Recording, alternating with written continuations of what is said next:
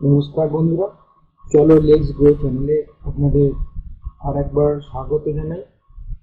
এই চ্যানেলের উদ্দেশ্য হলো বাঙালি ট্রেডার কমিউনিটির মধ্যে শিক্ষা ও সচেতনতা বৃদ্ধি করা, যাতে তারা আরো ভালোভাবে ট্রেড নিতে পারে। চলুন শুরু করা যাক।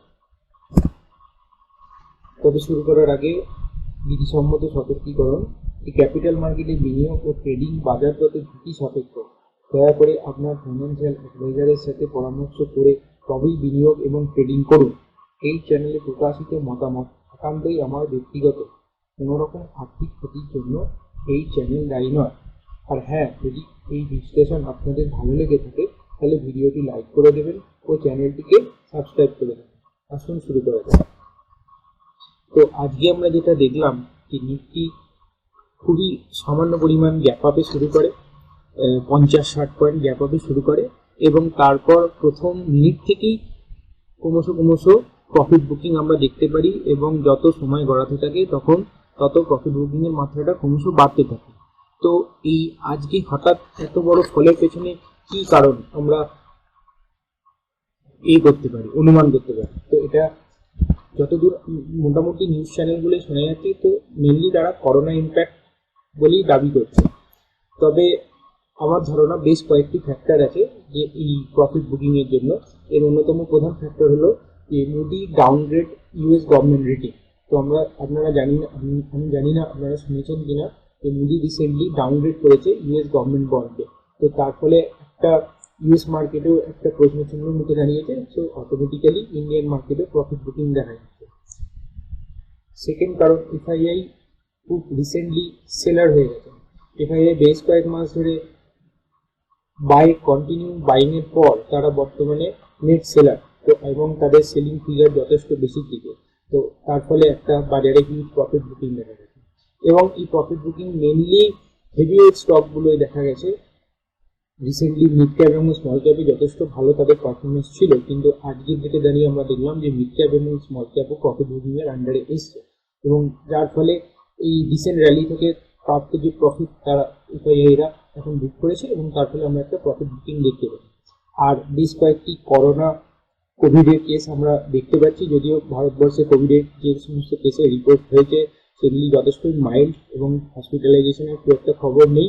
তবে মার্কেট সচেতনতা বশত যেটা প্রফিট বুকিং দেখাচ্ছে। তো এই হলো আজকের হিট ম্যাপ, যেখানে মোটামুটি আমরা দেখছি অলমোস্ট মেজরিটি অফ দ্য স্টকসই রেডে শেষ করেছে এবং মেজর ড্র্যাগার নিফটি থাকে HDFC bank, Reliance, ICICI bank. মোটামুটি ব্যাংকিং সেক্টর পুরোটাই আজকে নেগেটিভে পারফর্ম করেছে। তবে পজিটিভের মধ্যে একমাত্র আমরা কিছু পাওয়ার স্টক দেখতে পাই, ওএনজিসি, কোল ইন্ডিয়া ইত্যাদি ইত্যাদি। But overall majority market rate আজকে নেগেটিভের দিকেই ছিল। তো ওয়াই চেঞ্জ যেটায় আমরা দেখতে পাই যে 24,000 25,000-এ যথেষ্ট পরিমাণে কল রাইটিং হয়েছে এবং শুধু 25,000 নয়, 24,700, 800, 900 এবং প্রত্যেকটি জায়গায় কল রাইটিং হয়েছে এবং অলমোস্ট পুট রাইট আনওয়াইন্ডিং হয়েছে 25,000-এ এবং পুট রাইটিং এর সংখ্যা নিচের লেভেলে, লোয়ার লেভেলে খুবই কম। তো তার ফলে মার্কেটের যা টেক্সচার, তাদের মার্কেটের উপরে যাওয়ার টেন্ডেন্সি বর্তমানে খুবই কম। তবে এক্ষেত্রে এটাও দেখতে হবে যে যদি কোনোভাবে মার্কেট 24,800, আগামীকাল যদি 24,800 ক্রস করতে পারে তাহলে কিন্তু একটা ভালো র্যালি আমরা দেখতে পারি, কারণ এই সেলাররা তখন ট্র্যাক হবে এবং তার ফলে মার্কেটকে আমরা হায়ার লেভেলে 25,000-এও দেখতে পারি এই উইকলি এক্সপায়ারিতে। বাট শর্ত একটাই, যে সেক্ষেত্রে 24,800-র উপরে মার্কেটকে 15 to 30 মিনিট স্টে করতে হবে। এই হলো গিয়ে ওভারঅল ওয়াই ডেটা, যেখানে আমরা দেখতে পাচ্ছি সবচেয়ে বেশি কল রাইটিং হয়ে আছে 25,000-এ এবং কিছু সামান্য পুট রাইটিং হয়ে আছে 24,500, যেটা কল রাইটিং এর তুলনায় খুবই কম। মেজরিটি আমরা কল রাইটিং এ দেখতে পাচ্ছি। ব্রড রেঞ্জে আমরা এক্সপেক্ট করতে পারি যে মার্কেট 24,500 থেকে 25,000-এর মধ্যে এই উইকলি এক্সপায়ারিতে থাকতে পারে। এবার দেখে নিই আমরা নিফটির অ্যানালিসিস কালকে করব। তো নিফটির অ্যানালিসিস করার আগে আমরা প্রথমে যেটা শুরু করব বড় টাইম স্কেল থেকে। তো সেক্ষেত্রে প্রথমে আমরা মান্থলি টাইম স্কেল থেকে শুরু করছি। মান্থলি টাইম স্কেলে আমরা দেখতে পাচ্ছি যে নিফটি এইখানে উপরে একটা উইক ক্রিয়েট করেছে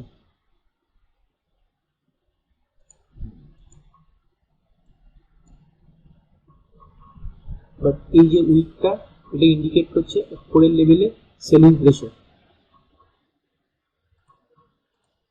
এই যে উইকটা এটা ইন্ডিকেট করছে উপরের লেভেলে সেলিং প্রেশার এই রেঞ্জটা।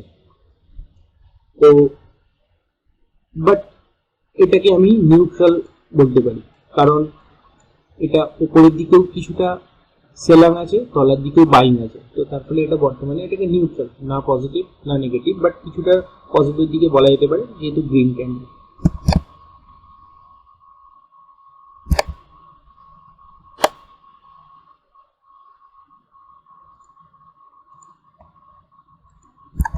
নেক্সট এটাকে আমরা এবার ডিলিট করব। ওকে, নেক্সট আসছি আমরা নিফটির উইকলি চার্টে।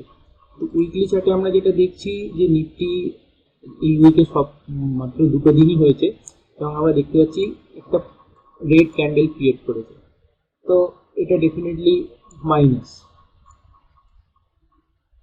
25,000 লেভেল নিফটি সাস্টেন করতে পারেনি এবং 25,000 নিচে ব্রেকডাউন দিয়েছে। তো আপাতত এটাকে মাইনাস বলেই ধরতে পারি। তো এখান থেকে আমরা কি কিছু সাপোর্ট রেজিস্ট্যান্স লেভেল ড্র করতে পারি, দেখছি, চেষ্টা করে দেখাবো। তো আমরা যেটা দেখতে পাচ্ছি যে এইখানে একটা ভালো সাপোর্ট লেভেলের আশেপাশে ছিল 24,800 আশেপাশে, আজকে বর্ডার লাইনে শেষ করেছে। তো কালকে আমরা এক্সপেক্ট করতে পারি যে এখান থেকে বাইং লোয়ার লেভেলে আসলেও আসতে পারে। যদি এই লেভেলটা ব্রিচ করে তাহলে নেক্সট সাপোর্ট লেভেল কোথায় আছে? নেক্সট সাপোর্ট লেভেল আছে এইখানে 24,200 থেকে 300 আশেপাশে।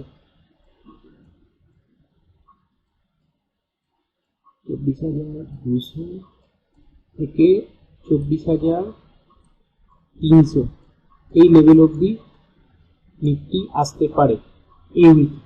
আর যদি বাই চান্স নিফটি যদি এই সাপোর্ট লেভেলে সাপোর্ট নেয় তাহলে উপরের দিকে কত যেতে পারে? প্রথম রেজিস্ট্যান্স লেভেল হবে নিফটি 25,000 এবং আরো উপরের দিকে গেলে এই লেভেলটা এটা হচ্ছে গিয়ে 25,300। তবে যেহেতু নিফটিতে হেভি পরিমাণে কল রাইটিং হয়ে আছে 25,000-এ, তো এই উইকের জন্য আমরা 25,300 এক্সপেক্ট হয়তো নাও দেখতে পারি, 25,000 অবধি হয়তো গেলেও যেতে পারে। এবার দেখা যায়।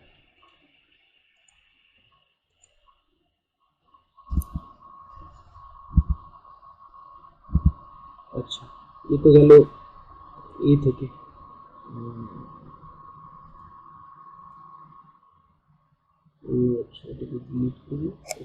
এবার আমরা ডেইলি লাইফ টাইম ফ্রেম থেকে দেখি আরো প্রিসাইসলি কিছু আমরা ড্র করতে পারি কিনা। ওকে, এখান থেকে তো আমরা ডেইলি টাইম ফ্রেমে দেখছি যে নেক্সট সাপোর্ট লেভেল আছে এইখানে, যেটা 24,500।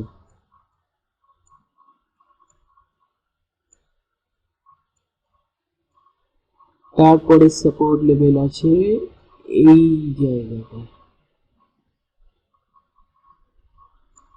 24,400 থেকে একটু নিচে 24,350 কাছে।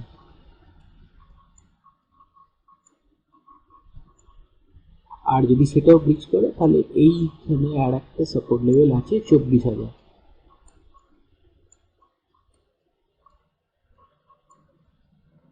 আর যদি উপরের দিকে যায় ফার্স্ট রেজিস্ট্যান্স হবে 25,000।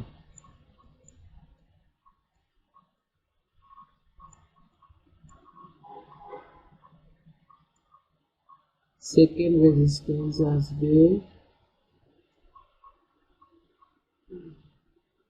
25,300। এই উইকের জন্য আমরা 25,300 অব্দি এক্সপেক্ট করতে পারি। ওকে, এবারে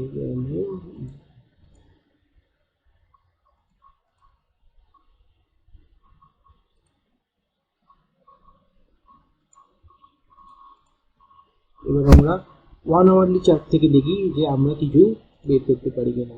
নেক্সট 1 আওয়ারলি চার্টে আমরা দেখতে পাচ্ছি যে ফার্স্ট সাপোর্ট লেভেল আছে এইখানে যেখানে আজকে খুব কাছে ক্লোজিং দিয়েছে, তো আমরা এখান থেকে একটা বাউন্স ব্যাক ডেফিনেটলি এক্সপেক্ট করতে পারি। এই লেভেলটা হচ্ছে 24,600 থেকে 650 মধ্যে, 650 ধরতে পারি। নেক্সট সাপোর্ট লেভেল আছে এইখানে, যেটা হলো গিয়ে স্ট্রেট 24,400 একটু নিচে, 24,350, যেটা আমরা আগে করেছি। 24,500 একটা সাপোর্ট পেতে পারে, সেটা একটা সাইকোলজিক্যাল সাপোর্ট লেভেল, বাট খুব স্ট্রং নয়। বা 24,350 একটা স্ট্রং সাপোর্ট লেভেল আছে। আচ্ছা, উপরের দিকে ফার্স্ট রেজিস্ট্যান্স আসতে পারে 24,900 এ,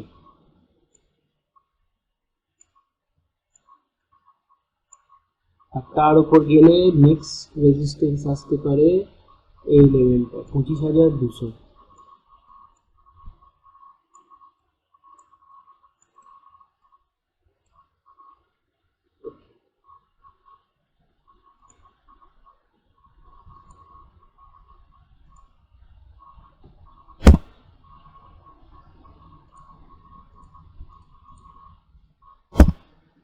আচ্ছা, এই তো গেল অ্যানালিসিস। এখানে আমরা সাপোর্ট রেজিস্ট্যান্স বার করলাম আগামীকালের জন্য। তো এবার দেখিনি আমরা আগামীকালের জন্য আমরা কীরকম পজিশন এক্সপেক্ট করতে পারি অ্যাকর্ডিং টু এফআইআই এবং প্রোপ্রাইটারি ট্রেডারদের এফ&ও পজিশন থেকে। তো আমরা যেটা দেখতে পাচ্ছি, এফআইআইরা আজকে মার্কেটে প্রায় 10,000 কোটি টাকার মতো সেল করেছে, এবং যেখানে ডিআইএরা 6,738 কোটি টাকার মতো কিনেছে, এবং এফআইআইরা ইন্ডেক্স ফিউচারে ভীষণ মাত্রায় শর্ট পজিশন ক্রিয়েট করেছে, এবং তারা হেজ করে রেখেছে অপশনের থ্রু দিয়ে।